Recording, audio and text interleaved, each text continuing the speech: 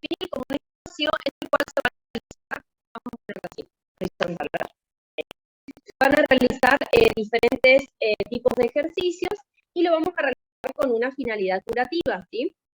Vamos a trabajar diferentes capacidades, como por ejemplo la fuerza, la flexibilidad, la coordinación, la movilidad, la resistencia, la velocidad, entre otras. ¿Sí? Lo que tienen que tener en cuenta acá, que les decía, es que si bien estas capacidades también la pueden trabajar, por ejemplo, en un gimnasio abierto al público, van a ver más adelante que algunos dispositivos o algunos aparatos también lo van a ver en un gimnasio abierto al público, pero lo que lo diferencia, digamos, de ese tipo de gimnasios, es que aquí van a asistir pacientes y estos ejercicios específicamente con una finalidad curativa, como les digo, pero también otro objetivo importante que vamos a trabajar aquí dentro del gimnasio, es decir, además del tratamiento, la recuperación de lesiones o patologías que presente o que afecten la movilidad del paciente, que afecten la funcionalidad del sistema musculoesquelético, también vamos a realizar ejercicios como para prevenir lesiones o patologías que aparezcan en el futuro, ¿sí? No solamente vamos a tratar al paciente o a tratar o curar una patología, sino que también podemos realizar, enseñarle ejercicios como para prevenir futuras lesiones, como así también podemos realizar diferentes tipos de ejercicios para aumentar el rendimiento físico, por ejemplo, en aquellos pacientes de edades avanzadas, como para evitar futuras complicaciones, como para evitar las caídas, ¿sí? Bien, entonces tengan presente eso. No solamente vamos a tratar a un paciente con una activa o para aumentar su rendimiento físico, ¿sí? Y bueno, dentro del gimnasio se pueden llevar a cabo actividades en grupo. Las actividades individuales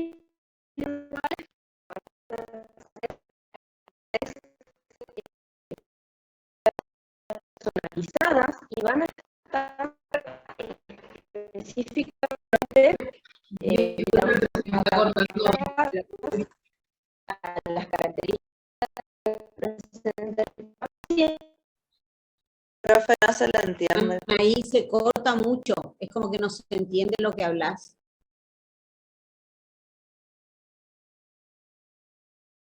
Vamos. ¿En qué parte quedaron? Mejor señal. Ahí voy a ver, a otro lado. A ver, vamos a intentar acá. Ahí se escucha un poquito mejor. Ahí se te escucha. Sí, profe, se escucha más claro. Bueno, bueno, seguimos entonces. No sé dónde quedamos, pero las actividades individuales.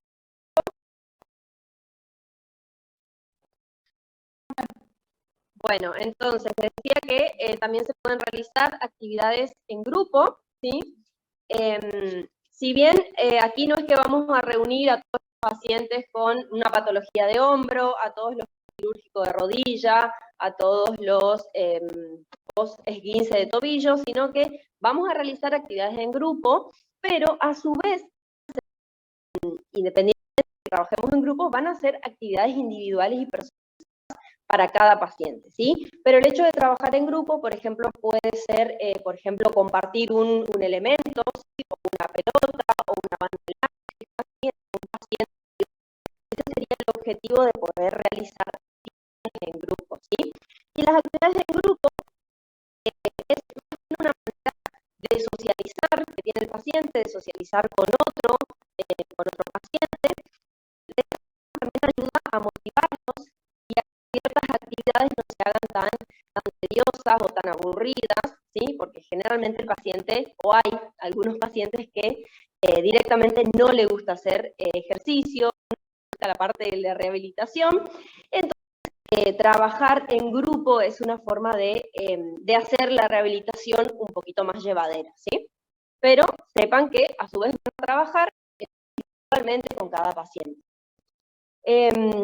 Bueno, el gimnasio terapéutico contar con un profesional capacitado a cargo. Para ello es imprescindible que este profesional tenga conocimientos de anatomía, de fisiología, de biomecánica, solamente para enseñar los ejercicios, movimientos que tiene que realizar el paciente, porque para enseñar puede enseñar cualquiera, ¿sí? Miramos un video en internet y lo copiamos y le enseñamos al paciente, pero en este caso no, hay que tener conocimiento de anatomía, de fisio, de biomecánica, para enseñarle correctamente al paciente, conseguir los resultados o los objetivos, y de esta forma también poder detectar si el paciente está realizando o no alguna compensación para agravar su situación actual o pueda generar otra lesión, ¿sí? ¿Vamos bien? Sí, sí, Ana, ahora se te escucha bien. Bueno, así que ahí no había señales. Bueno, con respecto a la ubicación y al tamaño del gimnasio terapéutico suele ser muy variable, generalmente el tamaño, ¿sí? El tamaño va a estar directamente relacionado con el flujo de pacientes ¿sí? Entonces, digamos, por norma general, ¿sí? Suponemos que el gimnasio forma parte del departamento de rehabilitación dentro de un hospital, o puede ser dentro de un instituto, dentro de un consultorio de rehabilitación también, ¿sí? En todos estos casos debe estar en la planta alta, preferentemente, para un mejor acceso por parte de los pacientes, debe contar a su vez con una espera y debe tener un acceso a 2 puertas anchas, ¿sí? Para permitir el ingreso de pacientes, generalmente asisten pacientes con camillas, ¿sí? En camilla, pacientes en silla de rueda o elemento de ayuda, por ejemplo, 2 muletas o un bastón, o simplemente vienen acompañados de un familiar o de su acompañante, prendidos de ellos, entonces es necesario contar con un acceso por 2 puertas anchas. Contar con ventanales al exterior, los ventanales al exterior van a permitir, por un lado, van a evitar la sensación de enclaustramiento, ¿sí? Y van a mantener una buena circulación adecuada del aire, y a su vez nos va a permitir el ingreso de aire natural, ¿sí? Sería lo ideal. La temperatura también debe ser agradable, es decir, se recomienda que esté climatizado, entonces que no haga ni mucho frío ni mucho calor, para que los pacientes puedan realizar sus actividades, sus ejercicios y estén cómodos. Y las paredes se recomienda que estén pintadas de colores claros, colores relajantes, y tendrán instalados espejos, ¿sí? En las paredes, y a su vez por ahí en los extremos o frente a los aparatos o dispositivos. Los espejos van a facilitar, por un lado, la impresión de amplitud, entonces también, al igual que las ventanas, van a evitar esa sensación de enclaustramiento que muchos pacientes tienen, y a su vez los espejos serán de gran ayuda para poder realizar justamente los ejercicios frente al espejo, poder realizarlos correctamente, o corregirlos y controlar la postura, o realizar, por ejemplo, las diferentes el equilibrio. Entonces, todas estas actividades nos van a favorecer trabajar frente a un espejo, ¿sí?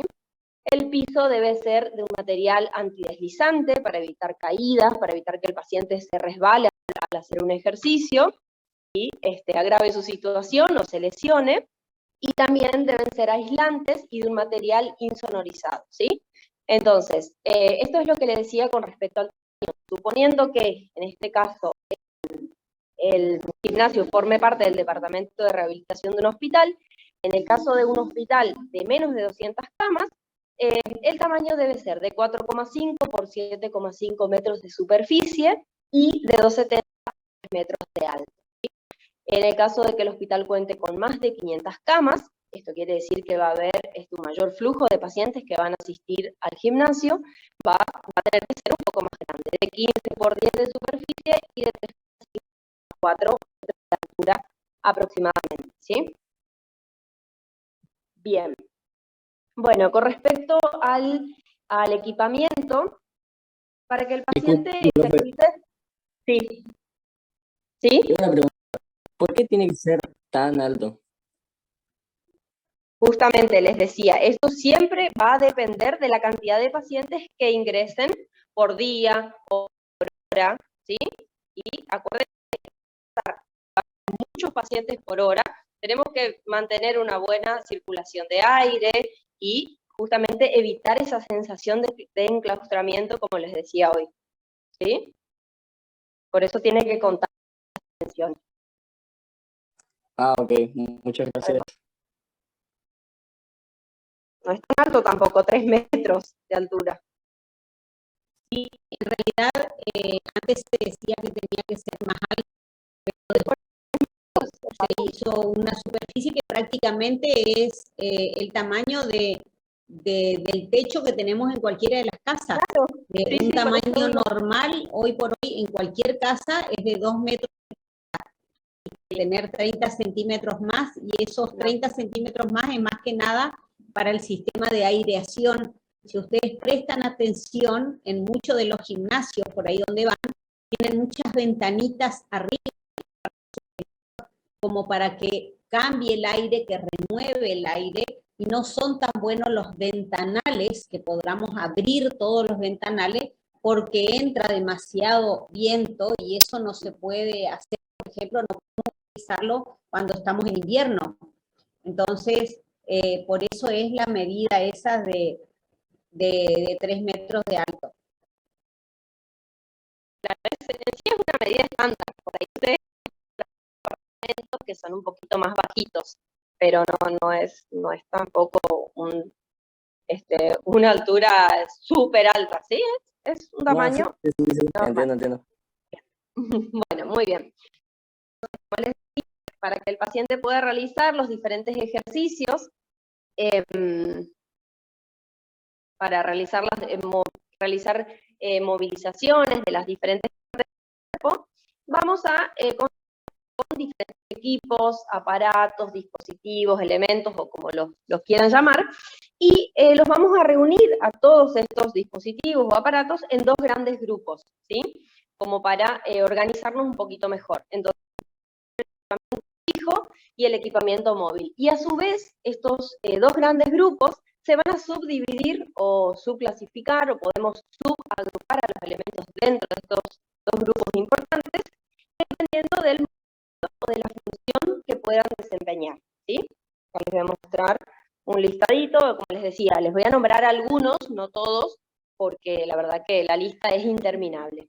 Entonces, tenemos en equipamiento fijo y equipamiento móvil. Entonces, los podemos, a su vez, subagrupar en aquellos que van a estar destinados para desplazamiento, como por ejemplo las barras paralelas de marcha, la plataforma con escalera y rampa, aquellos que van a estar destinados a realizar la acción de las diferentes partes del cuerpo, como las espalderas, o el espaldar sueco, la escalera de dedos, la tracción cervical y lumbar, aquellos que van a estar destinados a realizar rotación, como la rueda de hombro, rueda de y que van a realizar potenciación muscular, como poleas de pared, cuádriceps, el banco isocinético y las jaulas de Rocher. Y dentro del equipamiento móvil tenemos también los que son de desplazamientos, como los andadores, los bastones, muletas, las sillas de rueda, de rotación, la bicicleta isocinética.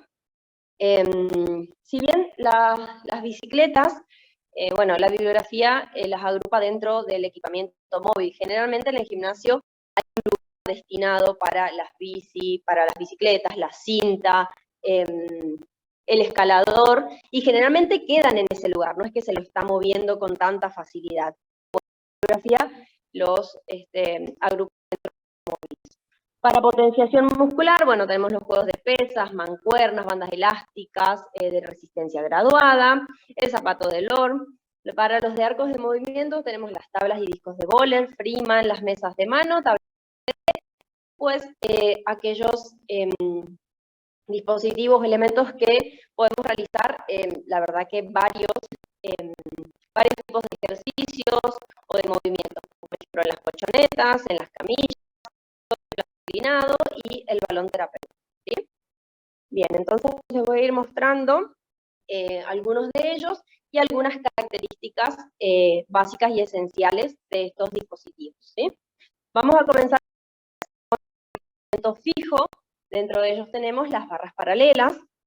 Las barras paralelas se van a ubicar dentro del gimnasio terapéutico, se va a estar ubicada paralelo una de las paredes del gimnasio.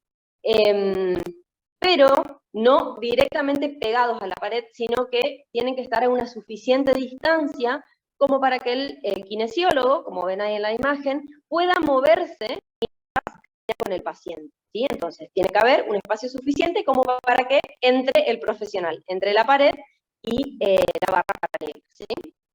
Bien. Con respecto al largo, pueden tener un largo mínimo de 4 metros, ser regulables tanto en altura como en ancho.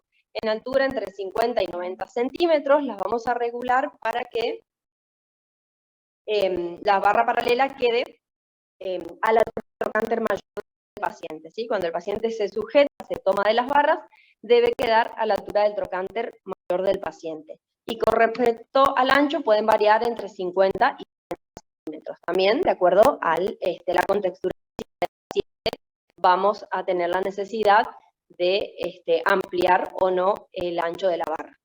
Bueno, van a contar con un espejo. A veces el espejo se puede colocar en uno o en ambos extremos.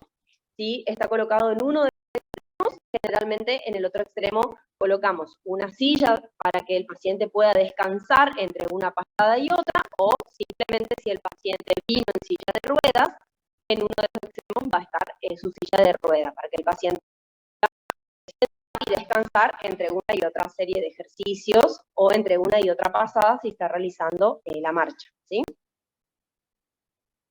Bien, como les decía, en uno de los extremos va a contar con espejos. El espejo, como les nombré anteriormente, le va a servir al paciente para poder verse, ¿sí? Se va a ver frente al espejo, va a poder controlar y corregir su postura, también el equilibrio.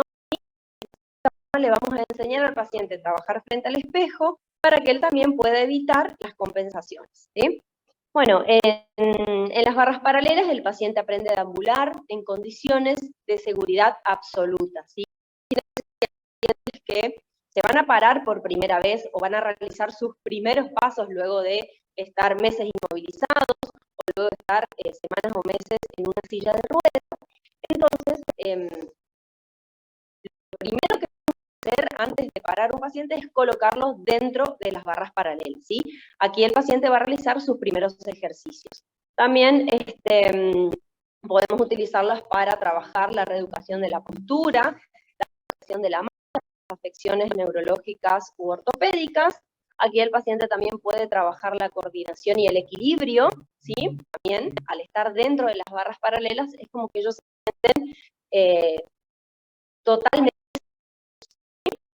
Si bien algunos al ir progresando en la rehabilitación ya se van soltando las manos y van trabajando, pero van trabajando libre, pero siempre ellos inconscientemente están tranquilos o están seguros porque están en las barras paralelas y saben que si pierden el equilibrio o si algo les pasa, se pueden prender, ¿sí? Están seguros. Bien, y también trabajamos para potenciar la musculatura de los miembros inferiores. Bien. Luego tenemos la plataforma con escalera y rampa. Con respecto a la ubicación de este dispositivo, lo vamos a colocar en una de las esquinas del gimnasio, ¿sí? Para el espacio. Y a su vez, el paciente también al estar en una esquina cerca de la pared, también se siente mucho más seguro, ¿sí? Bueno, fíjense que existen diferentes modelos de este tipo de plataforma, simplemente con escaleras, y otras que combinan escaleras y rampa, y la de abajo, como pueden ver, es una serie de escalones y rampa nada más, ¿sí? Entonces, como dice ahí, suelen constituir, bueno, aproximadamente 5 o 6 escalones de distinta altura. También cuentan con pasamanos, como las barras paralelas. Estos pasamanos se ubican aproximadamente a 90 centímetros sobre los escalones, y son en altura, ¿sí? Entre 65 a 90 centímetros. También los vamos a regular en altura para que queden a la altura del trocánter mayor del paciente, ¿sí? Con respecto a la rampa, también tienen un ancho de 90 y la pendiente puede variar, ¿sí? Hay algunas que son un poquito más pronunciadas que otras, entre 4 a 8 centímetros. Y el largo también, es entre 3 o 4 de la larga, ¿sí?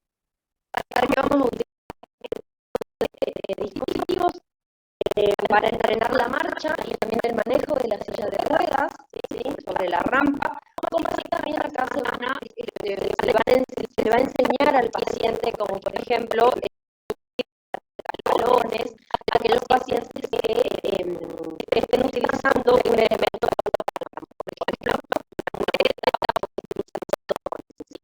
estén utilizando por primera vez.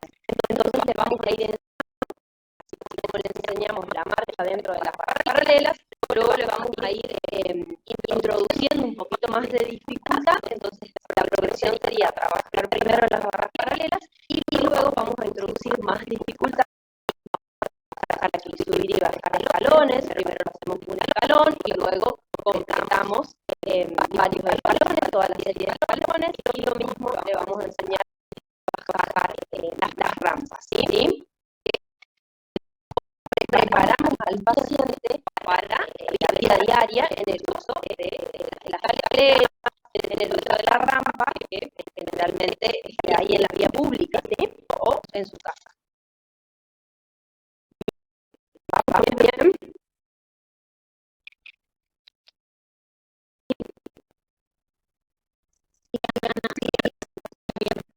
Bueno, entonces, bueno, tenemos el escalar o escaleras de la tuerca. Este tipo de dispositivos son, la verdad que son multifuncionales, ¿sí? Como pueden ver en las imágenes, cuentan con barras de ancha o base que son de aproximadamente 40 o 30 centímetros de grosor, tienen una forma oval, ¿sí? Algunos también pueden ser, no solo son de madera, pueden ser de otro tipo de material, como por ejemplo, bueno, tienen una forma oval, como les decía, pueden contar con 7, 14 o 16 unidades, ¿sí? Eso también va a depender de dónde se ubique a trabajar o no, por ejemplo, como en la imagen del medio, con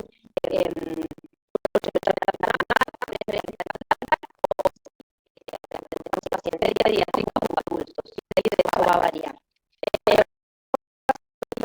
Está simplificada más exteriormente para facilitar la realización adecuada de los ejercicios. Ahora les voy a mostrar algunas imágenes y algunos ejemplos de todo lo que se puede hacer con el espaldar. Pueden tener diferentes tamaños, desde los especiales que son para niños hasta el doble de su tamaño en el caso de que se trabaje con adultos, ¿sí? 2,5 metros por 1,70 ancho, ¿sí? O algunos tienen un poquito menos. Ubicación van a estar adosados a una zona, es decir, van a estar empotrados en la pared y en una zona del gimnasio que permita la utilización de colchonetas en el suelo, ¿sí? O el apoyo de planos inclinados, como de la izquierda. Entonces podemos utilizar colchonetas en el suelo o colchonetas sobre la tarima.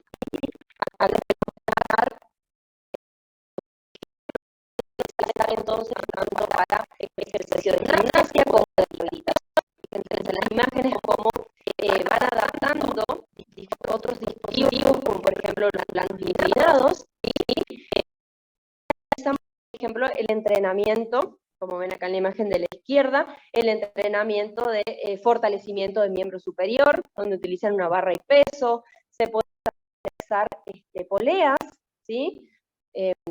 Para resistencia o simplemente realizar movilizaciones autopasivas mediante el uso de las poleas.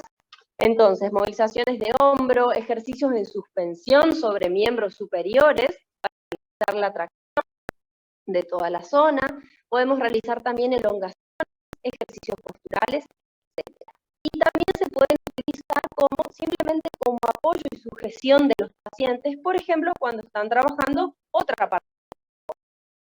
Le estamos enseñando al paciente a trabajar sobre un BOSU o trabajar sobre el equilibrio, ¿sí? De los miembros inferiores, entonces los podemos colocar frente al espaldar o colocamos al paciente lateral pueda simplemente sujetar al realizar otro tipo de ejercicios, ¿sí? Bueno, y también ejercicios con equipos de polea, que eso ya les nombré. Y después van a ver más adelante creo que el viernes ya van a dar la clase de parapléjico. También utilizamos muchísimo en ese caso, ya que los pacientes aquí empiezan a colocarse de rodillas y luego se colocan en bipedestación. Y trabajamos aquí también con los pacientes para poder sujetarse y trabajar el equilibrio, las cargas de peso, ¿sí? Eso ya lo vamos a ver más adelante. Dispositivos fijos es la rueda o el volante de hombro. Bueno, este también va a estar fijo en la pared mediante un soporte móvil, ¿sí? Que permite regular en altura y adaptarse a las condiciones del paciente. Va a contar con una manija que varía la posición desde el eje a la periferia de la rueda, también para poder adaptarse a las dimensiones del paciente. Cuenta con una resistencia al movimiento, ¿sí? Que puede ser cambiada por un mecanismo de freno, mediante un tornillo central, si queremos aplicar resistencia o no, dependiendo la patología que presente el paciente y en la etapa de la condición que se encuentre, ¿sí? Generalmente podemos empezar primero únicamente con movilizaciones sin resistencia, y a medida que el paciente va progresando podemos aplicar un poquito de resistencia al movimiento, ¿sí? A ver. Bueno, con respecto al objetivo, vamos a utilizar este tipo de dispositivos para mantener la movilidad del hombro, y bueno, como les decía hoy, utilizamos el mecanismo de resistencia. También el objetivo va a ser aumentar un poquito la fuerza del paciente, ¿sí?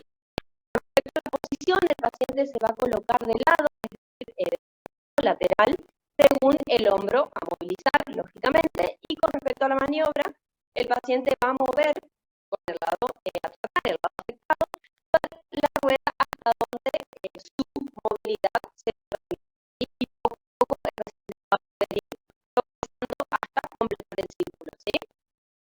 El kinesiólogo asiste al movimiento para completar el arco articular en el caso de que el paciente no lo pueda completar.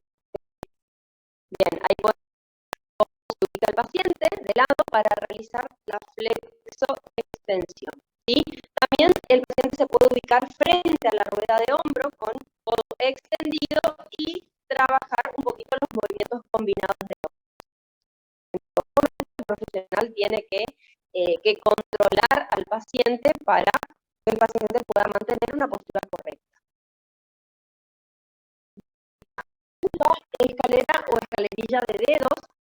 Este dispositivo consiste en un listón, sería un listón, hace referencia a una pieza que es mucho más larga que ancha, como pueden ver ahí en la imagen. Generalmente, bueno, es de madera y mide aproximadamente 130 centímetros de larga, ¿sí? Y va a estar ubicado, encontrado en la pared, se va a situar a 75 centímetros de suelo. Y una serie de muestras o pequeños salientes que son los que van a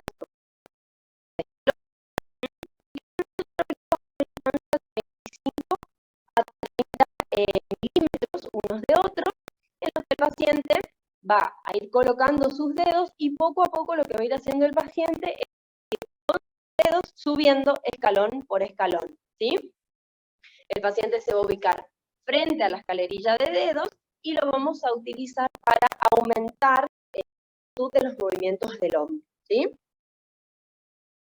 Trabajar entonces ahí la flexoextensión, y también podemos trabajar con el paciente de lado para trabajar la abducción, ¿sí? En ese caso tienen que tener presente de que vamos a trabajar la abducción hasta los 90 grados, ¿sí? Porque a partir de allí hay que realizar una rotación externa para continuar con la abducción, ¿sí? En este caso el paciente no lo va a poder hacer con la asistencia de la escalerilla, ¿sí? Entonces únicamente lo vamos a trabajar hasta los 90 grados, ¿sí? Y la flexión, sí, lo podemos hacer hasta completar el rango articular total. Muy bien. Bueno, otro de los dispositivos fijos es el aparato de tracción lumbar. Bueno, esto ya lo vimos en teóricos anteriores. Acá en este caso es la tracción mecánica. El Ejercemos aquí una tracción en forma continua o intermitente, regulando los periodos de tracción y reposo. Progresivamente creciente. Vamos a comenzar con medio kilo y a medida que va pasando el tiempo, los minutos, vamos a ir agregando medio kilo y luego medio kilo, ¿sí? Así, de a poco. Tiene que ser progresivo. En el caso de la tracción lumbar, vamos a utilizar la camilla de tracción, como ven ahí en la imagen, vamos a colocar al paciente sobre la camilla y lo vamos a fijar mediante las cinchas que van a estar bien almohadilladas para permitir la aplicación de aproximadamente 50 kilogramos de tracción, ¿sí? Generalmente se sitúa el paciente de cúbito supino, con flexión de cadera y rodilla para disminuir la lordosis lumbar, ¿sí? Que la fuerza en toda la columna lumbar por igual. Bueno, eso ya lo vimos. Luego tenemos la silla del banco de cuádriceps.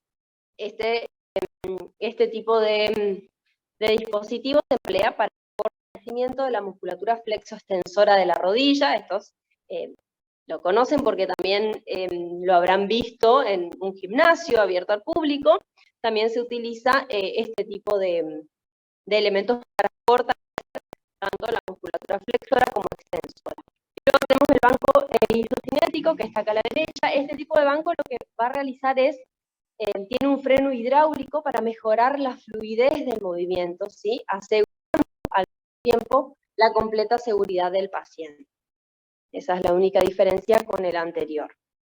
Bueno, la jaula de Rocher, esta también la vieron cuando dimos suspensión y radioterapia. Es jaula de Rocher, es el nombre genérico con el que conocemos este aparato, que posibilita el desarrollo de numerosas técnicas de aplicación para facilitar el ejercicio en una fase temprana de la rehabilitación. La estructura tiene forma de cabina, ¿sí? Y está fabricada de una malla de acero ondulado, bueno, acabado en epoxi es para mayor durabilidad, ¿sí? Está formada, como ven ahí, 4 planos enrejados, ¿sí? 3 laterales y uno que va a formar el techo de la jaula.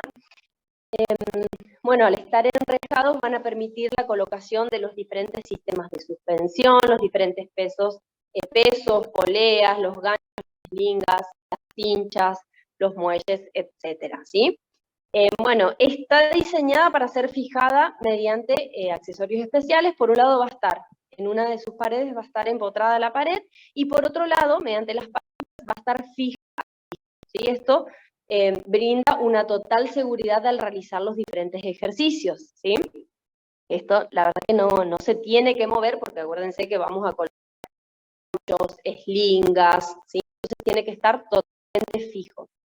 Va a estar anclada. Bueno, la jaula posee una altura de 2 metros, ajustables de acuerdo, bueno, a las necesidades y altura del paciente, que el paciente puede trabajar sobre la camilla sentado, o también podemos trabajar con el paciente en bipedestación, ¿sí? Sacamos la camilla y trabajamos libremente con el paciente en bipedestación. Entonces, como medidas estándar van a contar con 200 centímetros, ¿sí? Es decir, 2 metros de ancho, podríamos decir, 2 metros de largo y 1,80 de profundidad. Y tienen un peso aproximado de 130 kilogramos aproximadamente, ¿sí? Bueno, aquí les muestro algunos ejemplos de que se pueden realizar dentro de la jaula, que algunos ya los conocen, ya los vieron. Bueno, pueden realizar ejercicios para trabajar la flexoextensión de hombro mediante un sistema de polea, con el paciente sentado, con el paciente de cúbito lateral, ¿sí? Allá tenemos otra imagen con el paciente de cúbito supino, también trabajando la extensión del hombro mediante un sistema de pesos. Acá, por ejemplo, con el paciente de cúbito prono, también trabajando la extensión del hombro.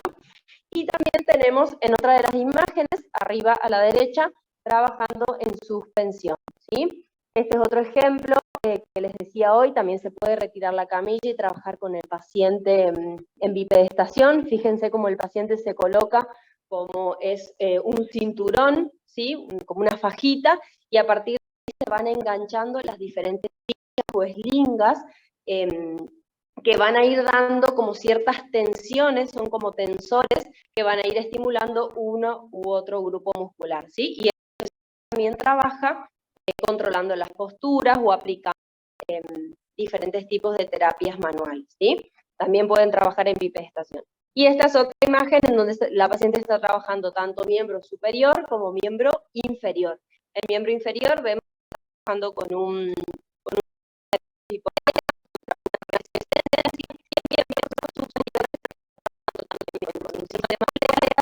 realizando una movilización autopasada de hombros, ¿sí? Bueno, esos son algunos ejemplos de todos los que se pueden realizar dentro de la jaula. Bien. Ahora vamos a son todos aquellos dispositivos o que se pueden mover con facilidad de un lugar a otro dentro del gimnasio, ¿sí? Entonces, ahí les muestro algunos ejemplos. Tenemos las colchonetas, los tubos, que se utilizan también para trabajar la punta de los rollos, las pelotas, las mancuernas que trabajamos para el fortalecimiento de los miembros superiores, las que dan diferentes resistencias, entre otros dispositivos.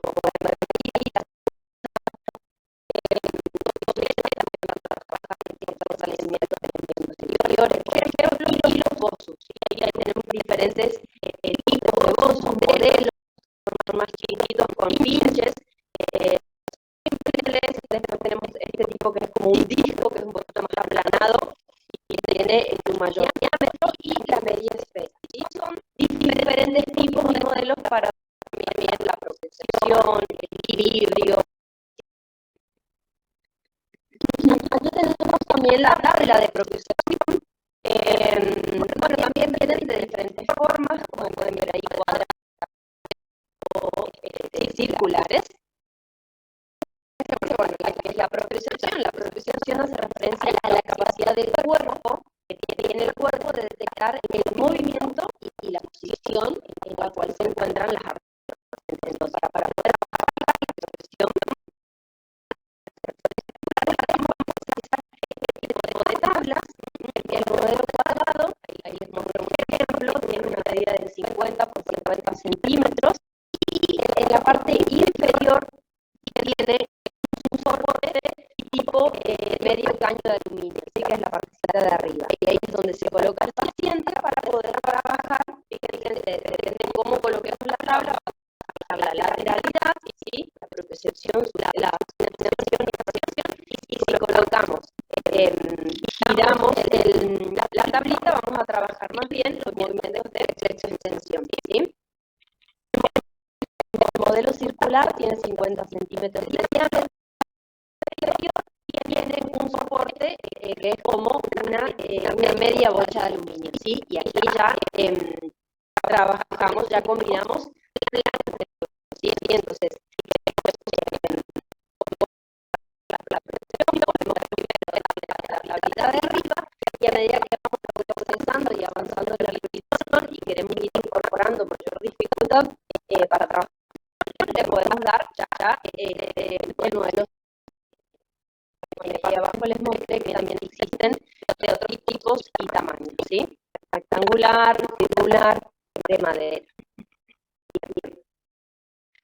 Bueno, estos son algunos dispositivos para realizar cargos de movimiento, donde podemos contar con la mesa de manos y el tablero de ABD, ¿sí? Entonces, el tablero de ABD, que es el que está, que es la imagen, este es un aparato móvil, ¿sí? Tipo cuadro que se sitúa lo colgamos en la pared, también se lo puede mover para utilizarlo sobre una mesa de trabajo, por ejemplo, ¿sí? Y va a ser suficiente para que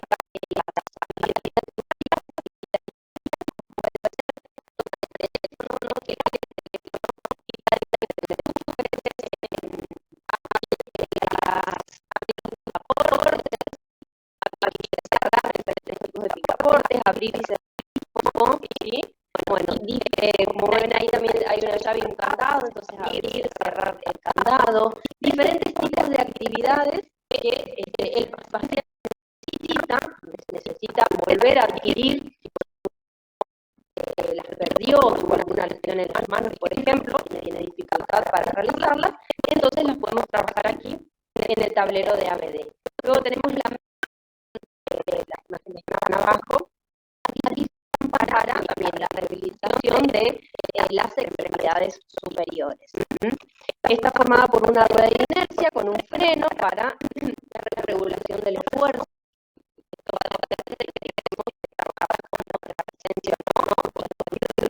La resistencia que vamos a aplicar. También tenemos un tablero con sensores, ¿sí? En donde se van a ir enganchando los dedos y ahí podemos trabajar la extensión de las metacarpofalángica e interfalángicas. También podemos trabajar la pronosupinación del antebrazo y bueno, se encuentra también juegos con las pelotitas para trabajar también las verticales y tornillos con mucha resistencia para ejercicios de las ABD. Eso es dependiendo si queremos trabajar con resistencia. Nos cuentan con, se puede agregar el pedal para trabajar la extensión del tobillo, que es como ven en la imagen que está a la derecha. ¿Sí? Bien, otro de los dispositivos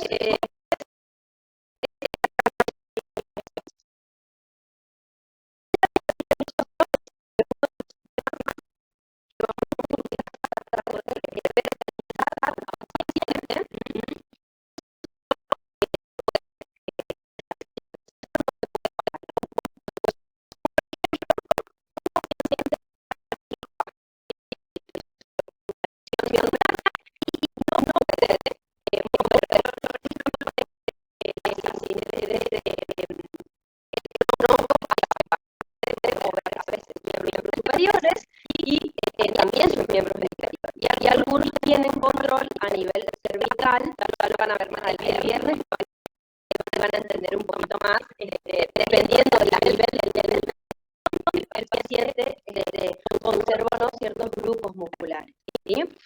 Pero bueno, suponiendo que el paciente es un parapléjico alto, no tiene control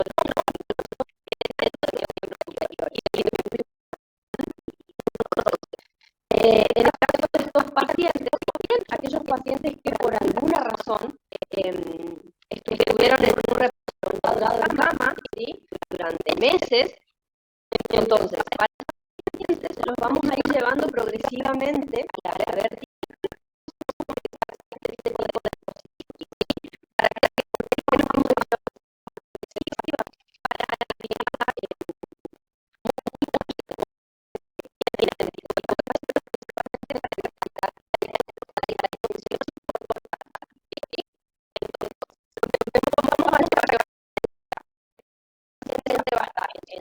entonces vamos al lado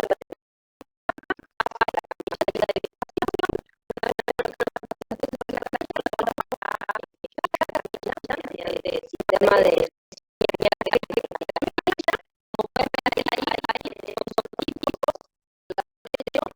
fíjense que tiene sujeción a nivel de miembros inferiores, pelvis y tórax, ¿sí? Deja libre la cabeza inferiores del paciente. ¿Por qué? Porque el paciente tiene control a nivel de miembros superiores. En cambio, si el paciente tendría una lesión un poco más alta, entonces no tiene control tampoco de miembros superiores, vamos a utilizar otro método de sujeción. Como ven, también vamos a fijar los miembros superiores a la canilla y vamos a colocar un soporte cefálico, ¿sí? Para mantener el peso de la cabeza y de. Entonces, una vez tenemos fijo el paciente a la camilla, progresivamente hacia la vertical. Esto no va a ser de un día para el otro o de una sesión a otra. Quizás vamos a ver y el paciente no se quiere, y así es una progresiva para que el paciente se vaya adaptando a esta nueva situación. ¿Sí? Entonces, también tenemos el colchoneta sobre la plataforma, una colchoneta talimada. ¿Sí? En este caso, la colchoneta, la plataforma puede ser de diferentes tipos, como pueden ver ahí en la imagen,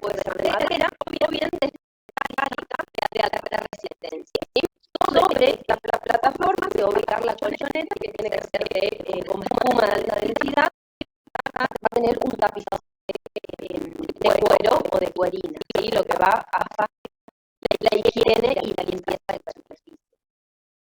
Con respecto a las medidas, bueno, puede variar.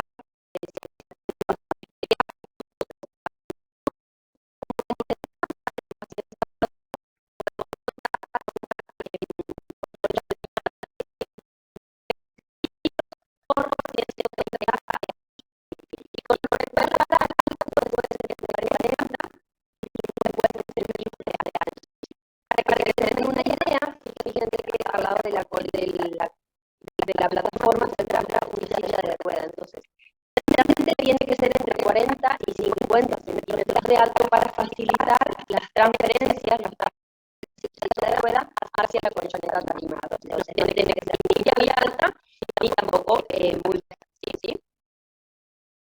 Porque generalmente trasladar, o lo hacemos nosotros si el paciente no lo puede hacer, enseñando a hacer este tipo de transferencias, y entonces tiene que tener una altura óptima. ¿Sí? Una altura aquí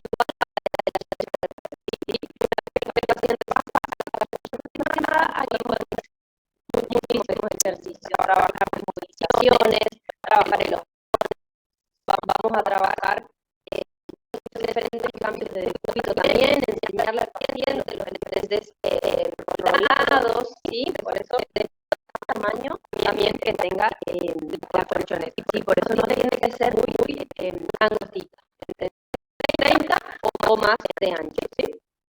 Bien, para que también permita realizar este tipo de ejercicios, muy poquito para que permita que el profesional se pueda subir a la colchoneta y poder trabajar allí con el paciente. Muy bien. Bueno, aquí tenemos la bicicleta cinética. Bueno, estos tipos de dispositivos tienen un freno de resistencia graduable y un indicador para marcar el número de revoluciones o la distancia recorrida, ¿sí?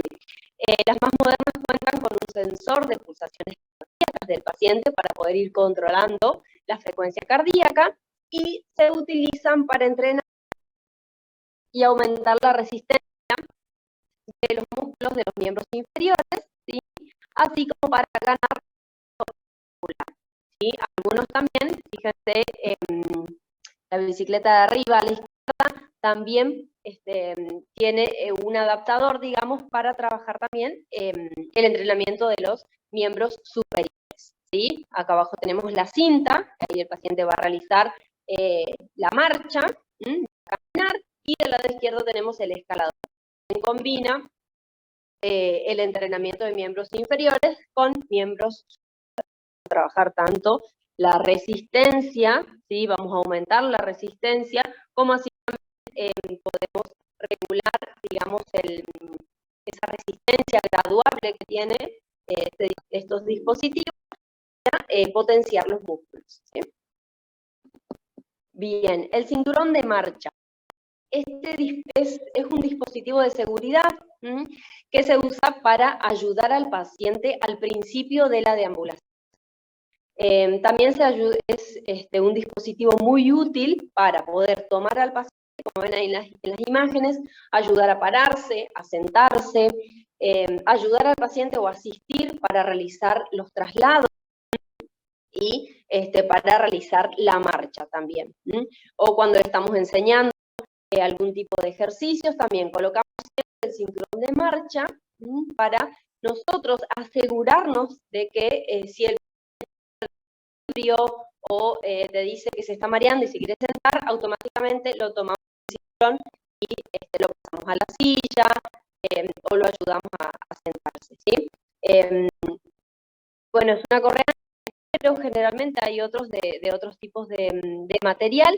Se va a colocar alrededor de la cintura del paciente y tiene asas a ambos lados y detrás, para que el paciente pueda introducir la mano y su antebrazo y tomarse de las asas, ¿sí?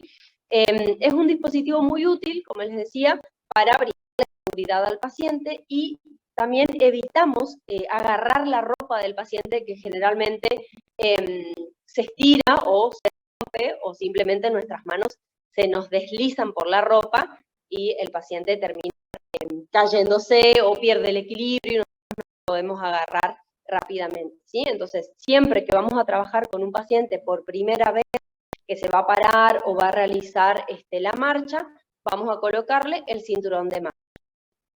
El paciente va a estar seguro y nosotros también nos vamos a quedar tranquilos de que lo vamos a poder asistir en el caso de que el paciente lo necesite.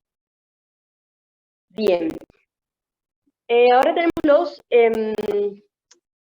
los dispositivos que vamos a utilizar para desplazamientos. Uno de ellos es la silla de ruedas. Le voy a dar una breve introducción para qué se utilizan y cuáles son las partes más importantes de una silla de ruedas estándar, que más adelante van a ver un teórico específico de silla de ruedas, ¿sí? Bien. Entonces, estos dispositivos están pensados para permitir el desplazamiento de aquellas personas que no deben deambular, ¿sí? Generalmente son plegables y suelen estar construidas con elementos ligeros y resistentes con aluminio de acero reforzado. Tienen, entonces, fíjense en la imagen, tienen brazos removibles, se regulan y se adaptan al paciente, presentan 4 ruedas, 2 grandes traseras, propulsión para agarrar, girar e impulsar, y 2 chiquitas delanteras. Tienen frenos en ambas ruedas traseras y cuentan con un asiento y un respaldo que se disponen en ángulo recto a 90 grados. Esperen a ver un segundo.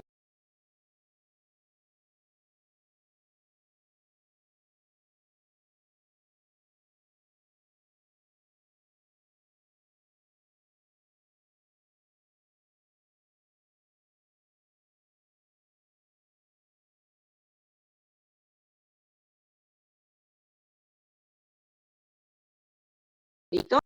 Bien, chicos, perdón. Bien. Seguimos entonces. Bueno, ahora sí vamos a hablar de los elementos de ayuda. Los dispositivos van a proporcionar un apoyo adicional del cuerpo al suelo, ¿sí? Tenemos los andadores, los bastones. Dentro de los bastones tenemos el bastón común, el bastón canadiense y el multipodal, que puede ser el trípode o el cuádruple, el de 3 o 4 patitas. Bien, vamos a hablar de los andadores primero. Los andadores, ahí les muestro algunas imágenes, pero la verdad que hay varios modelos con diferentes adaptaciones también, pero por lo general tienen la estructura, tiene que ser resistente, aluminio, preferentemente de aluminio porque son más livianos, acero o hierro, bueno, son un poquito más pesados.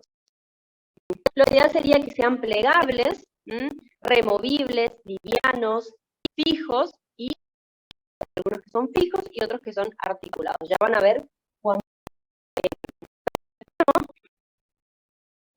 de andadores que hay, ¿sí? Bueno, cuentan con una empuñadura, que es de donde el paciente se va a tomar, de goma o espuma, y debe ser confortable y segura. Al igual que, ¿se acuerdan que les nombré que las barras paralelas tenían que estar a la altura del trocánter mayor del paciente? ¿Sí? La empuñadura del andador, como de los otros dispositivos, siempre debe estar a la altura del trocánter mayor del paciente. Bueno, cuentan con 4 patitas. Las patas constituyen la parte del andador que está en contacto con el suelo y suelen ser regulables en altura. Generalmente son regulables en altura. Esto nos va a permitir que la empuñadura se coloque a la altura del trocánter mayor del paciente. Bien, bueno, los regatones, ¿sí? Fíjense, ahí les puse en el imagen, los regatones suelen ser de goma o de caucho, estos están en la parte inferior de las patitas, ¿sí? Y la función que tienen elementos es que van a amortiguar el impacto, son antideslizantes, ¿sí? Fíjense la forma que tiene el regatón en la parte inferior, es como que tiene como unas canaletas, digamos, y eso va a permitir que al estar en contacto con el suelo, tenga ese efecto como de sopapa, ¿sí? Se prenda al suelo, y eso facilita a que evita los deslizamientos, ¿sí? Un segundito, por favor, que me golpean la puerta.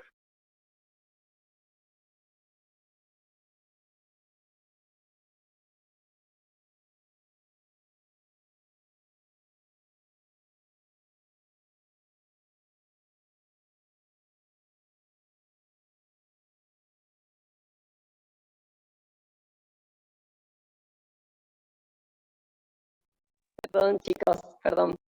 Bueno, seguimos. Bueno, entonces, fíjense en los diferentes modelos, algunos cuentan con regatones en sus partes distales, algunos cuentan con 2 regatones en la parte posterior y 2 ruedas delanteras, ¿sí? Los andadores con ruedas, con rueditas, permiten disminuir el esfuerzo de los miembros superiores, ¿sí? Y así disminuir también el gasto energético. Y entonces, generalmente cuentan con 2 rueditas y los 2 regatones que van en la parte de atrás, ¿sí? Van a su vez frenando para que el paciente no vaya, como defensa, digamos. Entonces, las rueditas delanteras facilitan el deslizamiento, se van dejando rodar, pero los regatones que van detrás van frenando, ¿sí? Poco a poco.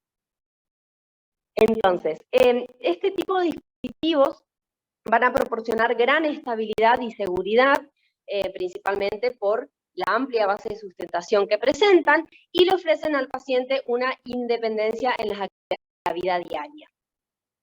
Van a descargar el peso corporal al 50%, así como tienen algunas ventajas, este tipo de dispositivos también tienen algunas desventajas o inconvenientes, ya que prácticamente imposible el uso en escaleras, ¿sí? En terreno irregular, en muy estrechos, y a su vez también requiere igualdad motriz en ambos miembros superiores para poder realizar una correcta sujeción.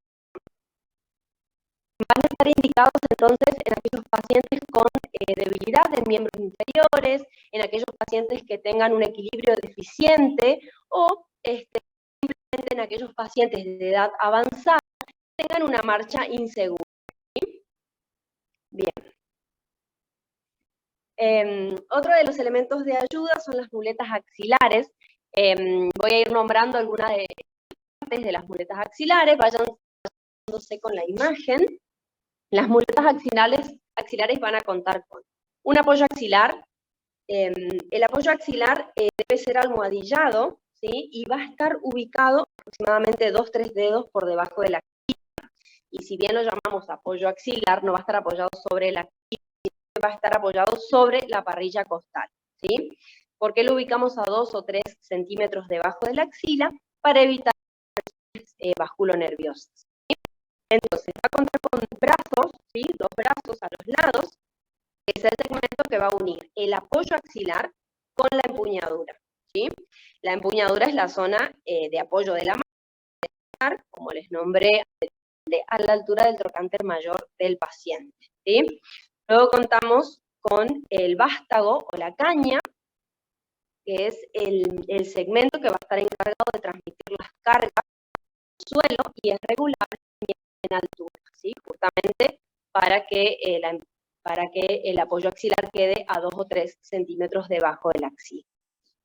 Bien, y en la parte distal tenemos el regatón, ¿sí? Que es el mismo y cumple la misma función que en el andador, son los elementos distales entonces de las muletas, encargados de amortiguar el impacto y evitar el deslizamiento, ¿sí? Tienen esa característica de ser antideslizantes.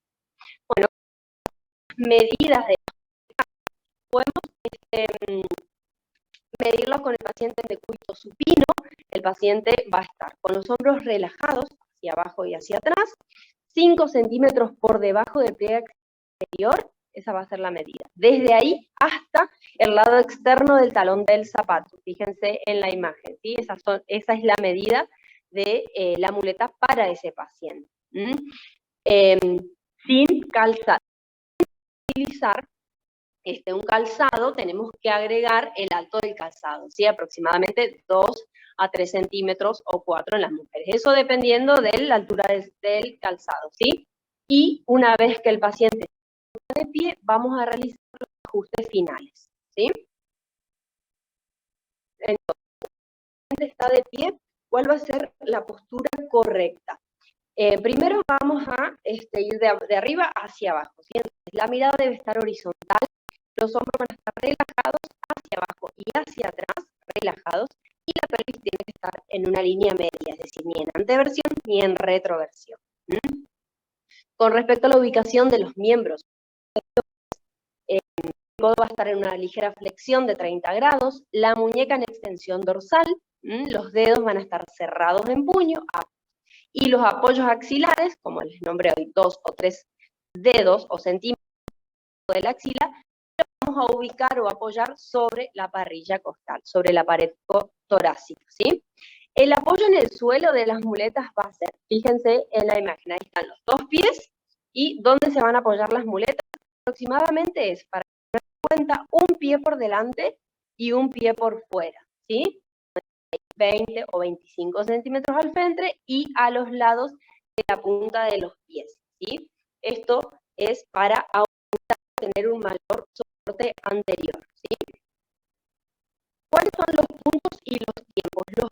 Esto les aclaro ya para que ahora cuando veamos los diferentes tipos de marcha, ya lo tengan presente e incorporados. Los puntos van a ser los apoyos en la superficie, es decir, una muleta es un punto, la otra muleta es un punto, y ambos pies, un punto y un punto. Entonces vamos a tener 4 puntos, ¿sí?, de apoyo.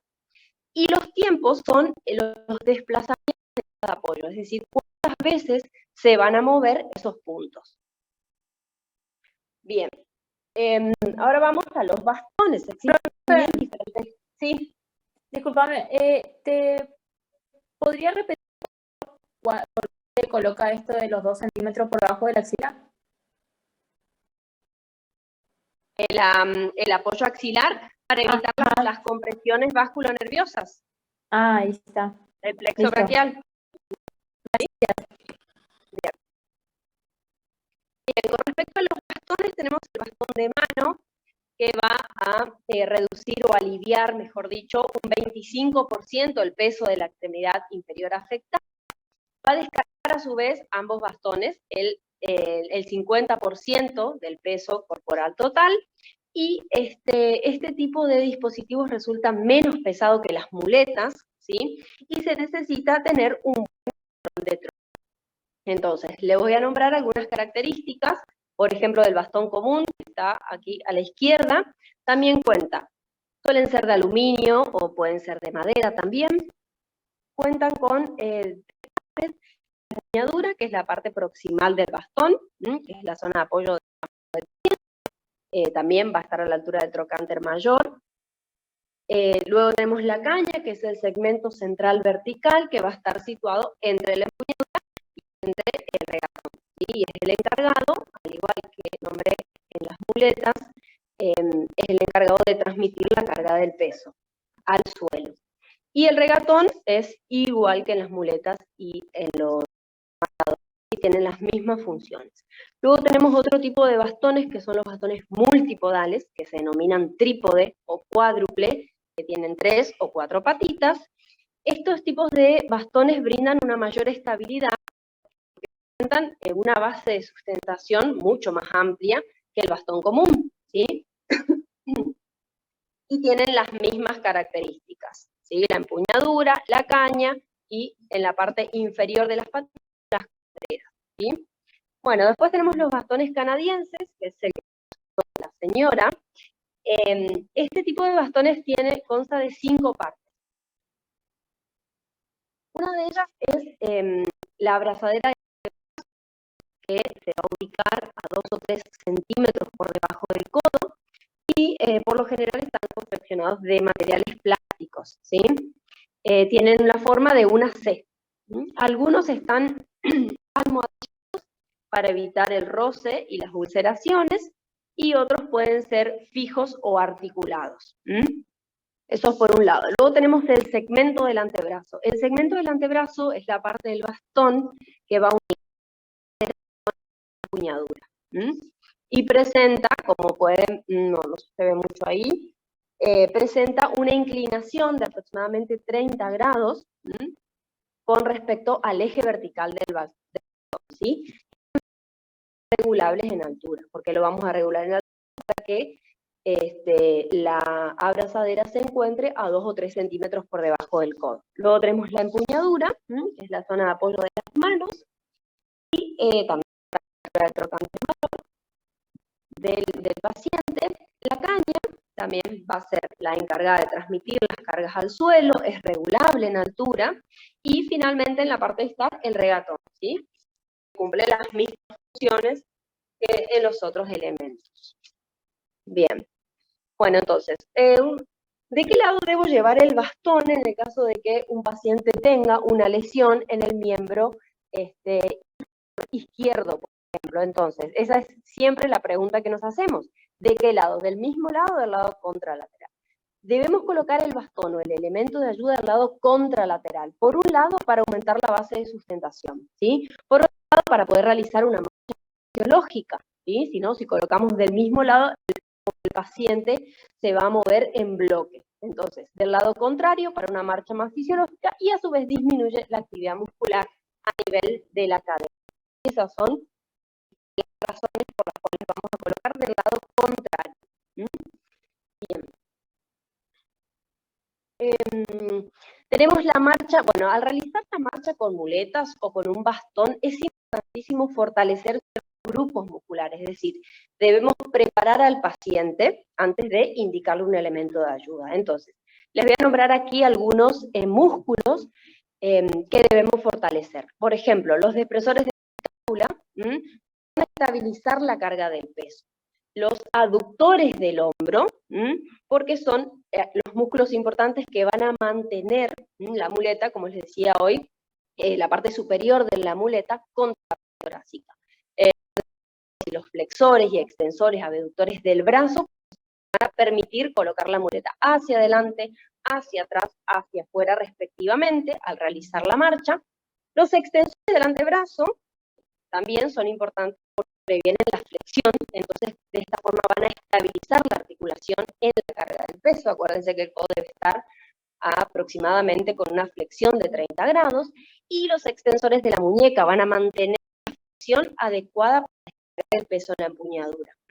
Y también los flexores de los dedos y el pulgar son importantes para agarrar la empuñadura de la forma adecuada. Bueno, aquí les doy algunos ejemplos de cuáles son los pacientes, personas que van a utilizar algún elemento de ayuda. Por ejemplo, un parapléjico, un hemipléjico, un paciente amputado con o sin prótesis, o un paciente traumatológico, ¿sí? Que tenga indicado apoyo o no sobre el miembro inferior, ¿sí? O apoyo parcial, por ejemplo. Antes de indicar un elemento de ayuda, es importante hacernos ciertas preguntas. Primero debemos tener en cuenta qué tipo de marcha va a realizar el paciente. De 4 puntos, de 3 puntos, ¿sí? De 3 tiempos. Segundo, ¿qué equipo, qué dispositivo le vamos a indicar a ese paciente? Es decir, una muleta, le voy a dar un andador, le voy a indicar al paciente 2 bastones calientes, ¿sí? Y como tercer punto importante, nos debemos replantear si ese elemento va a ser de uso permanente o simplemente el paciente va a usar unas semanas o unos meses y luego va a ir a utilizar a otro elemento o no utilizará nada, ¿sí? Bueno, aquí les doy algunos ejemplos, quizás esto van a comprender un poquito mejor cuando realicemos la parte práctica de las diferentes marchas. Sepan que tienen 4 puntos, marchas de 4 puntos, 4 tiempos. 4 puntos son los apoyos en el piso, como por ejemplo, hay el paciente que utiliza 2 bastones canadienses. Y son las veces que el paciente va a mover los bastones canadienses como sus miembros inferiores. Y entonces, si mueve, por ejemplo, mueve el bastón derecho, luego la pierna izquierda, bastón izquierdo y pierna derecha, entonces ahí hizo marcha de 4 puntos con 4 tiempos. Generalmente son las marchas preparatorias, son mucho más lentas. Y luego podemos ir evolucionando y acortando los tiempos, donde le podemos indicar, por ejemplo, a un paciente amputado que mueva los 2 bastones, ¿sí?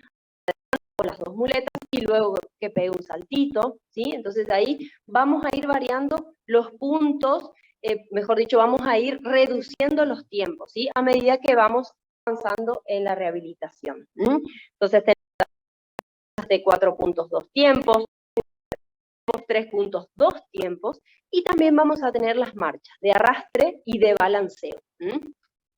También 4 puntos 3 tiempos y luego 4 puntos 2 tiempos. Generalmente hacemos las preparatorias y luego vamos acortando los tiempos para darle al paciente una marcha un poquito más rápida. ¿Sí? El tiempo bueno, se... a veces que moves los elementos y el pie del paciente, digamos. ¿Sí? ¿Sí? ¿Se entiende? Sí, sí. Bien. Bueno, y aquí les dejé un cuadrito presente, ya cuando veamos la parte práctica, ¿sí? Traten de tenerlo siempre a mano, porque es simplemente una guía. Es decir, por ejemplo, una patología, un paciente parapléjico, que utiliza sus cargos y que va a realizar una marcha de 4 puntos, 4 tiempos, y luego va a progresar a una marcha de 4 puntos, 2 tiempos, ¿sí? Luego tenemos acá los diferentes dispositivos que puedo utilizar dependiendo